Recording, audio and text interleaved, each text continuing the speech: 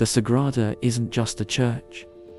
It's a fever dream of stone and madness, rising out of Barcelona like a Gothic hallucination.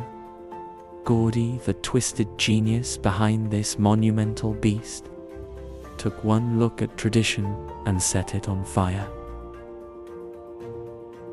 He threw out the rulebook, smashed the mold, and turned the simple cathedral into a swirling vortex of spires and chaos, each tower clawing at the sky like the bony fingers of some ancient, godforsaken relic.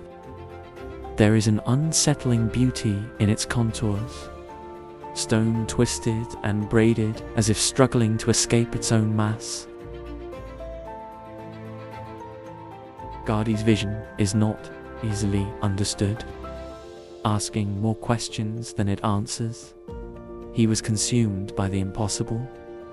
He gave up everything, his money, his sanity, even his life, to see it built. The cathedral stands there like a strange dream at the edge of reality. Time moves differently around the basilica, as if the stone itself is caught in some invisible current, halfway between the past and an unfinished future. The city took him for a lunatic, a mystic who raved about God and geometry while the rest of Spain tore itself apart in civil war. The irony of his end is almost cruel. Struck down by a tram and left anonymous in the street, his body just another forgotten thing among many. At sunset, the cathedral glows with a pale, ethereal light, as if the sun itself is trying to decipher the puzzle of its walls. The facades are carved with a terrifying detail, angels and demons entwined, vines twisting through depictions of saints' lives, faces caught mid-scream, mid-laughter, It's all too much, too rich, like some heady cocktail that goes to your head before you've even realized it. And standing there, you can't help but feel the weight of all the human longing that's been poured into it.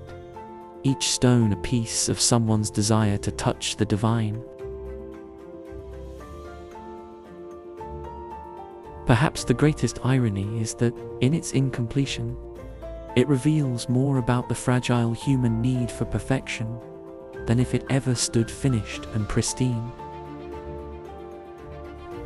To walk among its pillars is to be caught in a world that defies sense and logic. A place where beauty and monstrosity are two faces of the same coin, and where faith itself seems to shimmer on the razor-sharp edge of becoming.